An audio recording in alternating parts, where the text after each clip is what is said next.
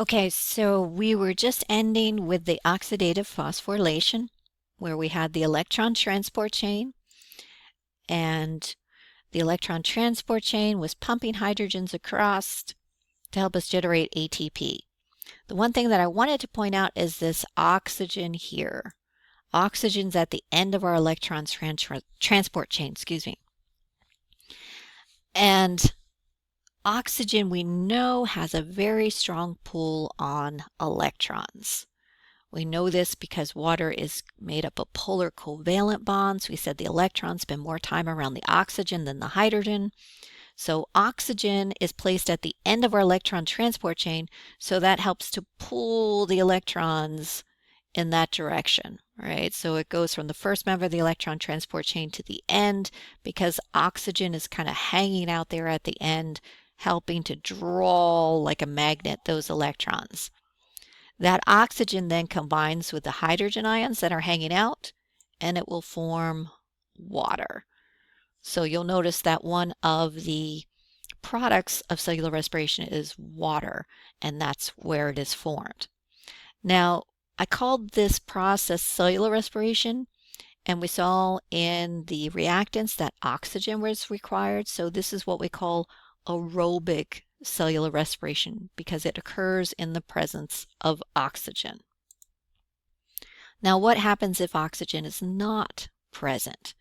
This is what we call anaerobic respiration.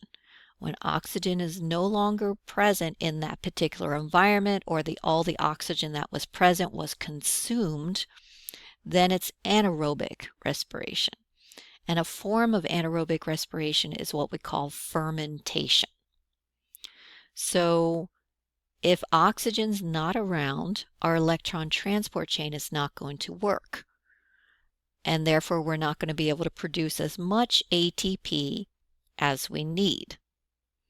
So if we go back once again, we had all this NADH that was generated so that we could run electrons through this electron transport chain to create a hydrogen ion gradient, and those hydrogen ions would diffuse through ATP synthase and produce a lot of ATP for us. But now we've got all this NADH that we made during glycolysis, citric acid cycle, and we don't have any electron transport chain. We don't have any means to get rid of those electrons because we want to go from NADH back to the NAD positive. So this is the form in which it can accept electrons, and this is the form where it has stored up electrons. Kind of like our ADP, we attach a phosphate to it, we're storing up energy. So fermentation, once again, is when oxygen's not present. We can't use the electron transport chain to generate a lot of ATP. Citric acid cycle doesn't work as well, or the Krebs cycle, so the only thing that we have left is glycolysis. So fermentation is glycolysis. Glycolysis occurs just like we talked about. We go from glucose to the production of pyruvate molecules. So that's what they're showing up here is our glucose and our two pyruvate molecules that are produced. We're going to make some NADH and we'll make a little bit of ATP. All right. So glycolysis happens, but the problem is we're making NADH and we have no way to get rid of those electrons because we don't have an electron transport chain. And in order for glycolysis to keep on going, we need more NAD positive to accept those electrons. So there are two different pathways by which we can get around this problem where we can regenerate our NAD. And one of them is called lactic acid fermentation. And this is most common. We talk about this in terms of muscles.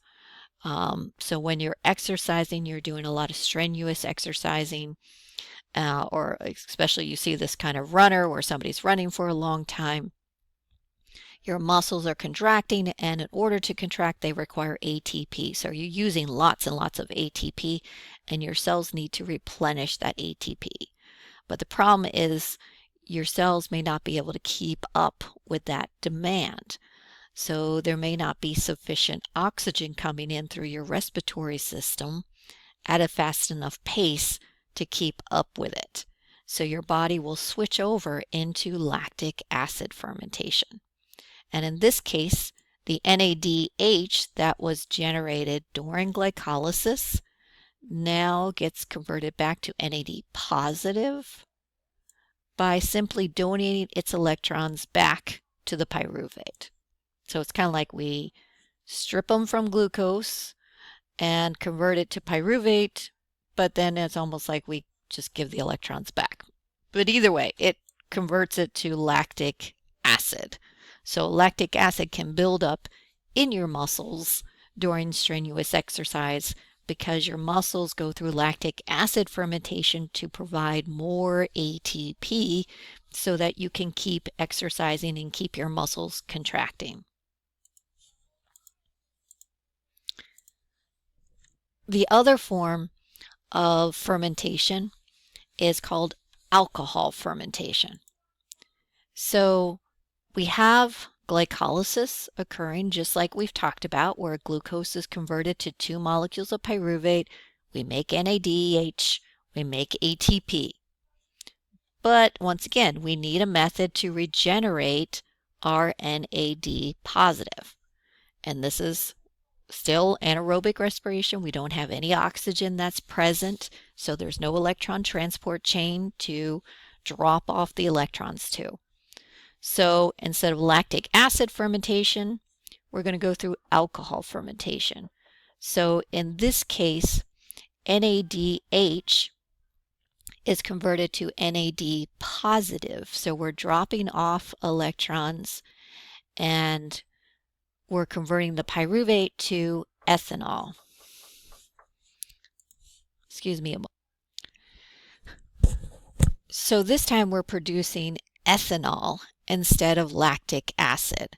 And one additional product is that of carbon dioxide. So we're making alcohol and carbon dioxide. And we make use of this process of alcohol fermentation all the time. So yeast are single-celled fungi, and yeast can go through alcohol fermentation. And we use this to make beer all the time. We use it for other processes like making bread. So if you think about it, if you've ever made bread, you take yeast, you place it in a bowl, you add a little bit of sugar, some warm milk or warm water, and then you add all your flour and you mix it together to make a dough. And then what do you do with that dough? You cover it and you let it sit for a while. You let it rise. So during that time, the yeast is going through alcohol fermentation. So as the dough rises, it's rising because it's producing carbon dioxide gas. So that's causing the dough to get bigger because all the gas is causing it to expand. Well, if it's producing carbon dioxide, is it not also producing alcohol? Right? This is alcohol fermentation. So it should be making alcohol. So does that mean you need to be 21 years of age in order to eat bread? Right? Alcohol should be produced. Well, it does make alcohol, and if you've ever smelled the dough rising, it does kind of have that alcohol scent to it. But what happens is you then take the bread and you put it in a pan and you put it in the oven and you cook it. So as you bake it, the alcohol evaporates off. So if you just ate the raw dough, then certainly you would be ingesting some alcohol, but you would also be ingesting a lot of carbon dioxide gas as well, and that's going to make your stomach feel really upset. But the carbon dioxide also kind of evaporates off as you bake it, but it leaves behind all those nice little holes in your bread, giving it that kind of spongy appearance. All right, so alcohol fermentation, once again, is something that occurs under anaerobic conditions, and it's ways in which organisms can produce ATP for themselves using glucose. So they're able to generate 2 ATP molecules, so we get some ATP from it. Not as much as you do during aerobic cellular respiration, but it's still a means by which some organisms are able to generate ATP. If you think about it, if you're a prokaryotic organism, this is also perfect for you because you lack a mitochondria. So being able to produce ATP using fermentation reactions is probably the best way to good about extracting the energy from a glucose molecule. All right, so we've got one question here. What is the correct equation for cellular respiration?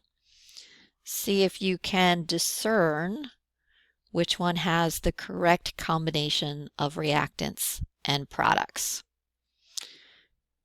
So do we start out with glucose for A and then add water, and our reactants are oxygen and carbon dioxide?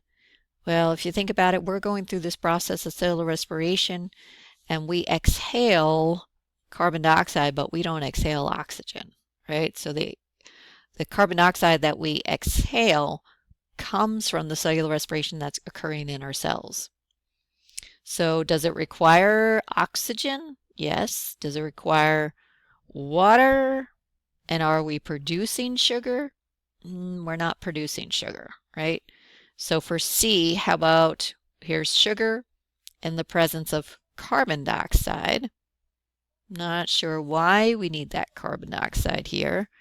And once again, our product is oxygen, so that would mean we are giving off oxygen, and that doesn't work. How about our last one? We've got sugar plus oxygen. So this produces carbon dioxide. So that looks pretty good, right? We want to break down the sugar to unleash the energy to make ATP. We're doing this in the presence of oxygen because oxygen's at the end of our electron transport chain. Since it's at the end, it combines with hydrogen ions and it will reform water. And we know that carbon dioxide is going to be given off during the Krebs cycle when our pyruvate is completely broken down and converted to carbon dioxide. All right, so I know this can be kind of difficult material, so keep on going through it. The more you go through it, the more it will start to make sense to you.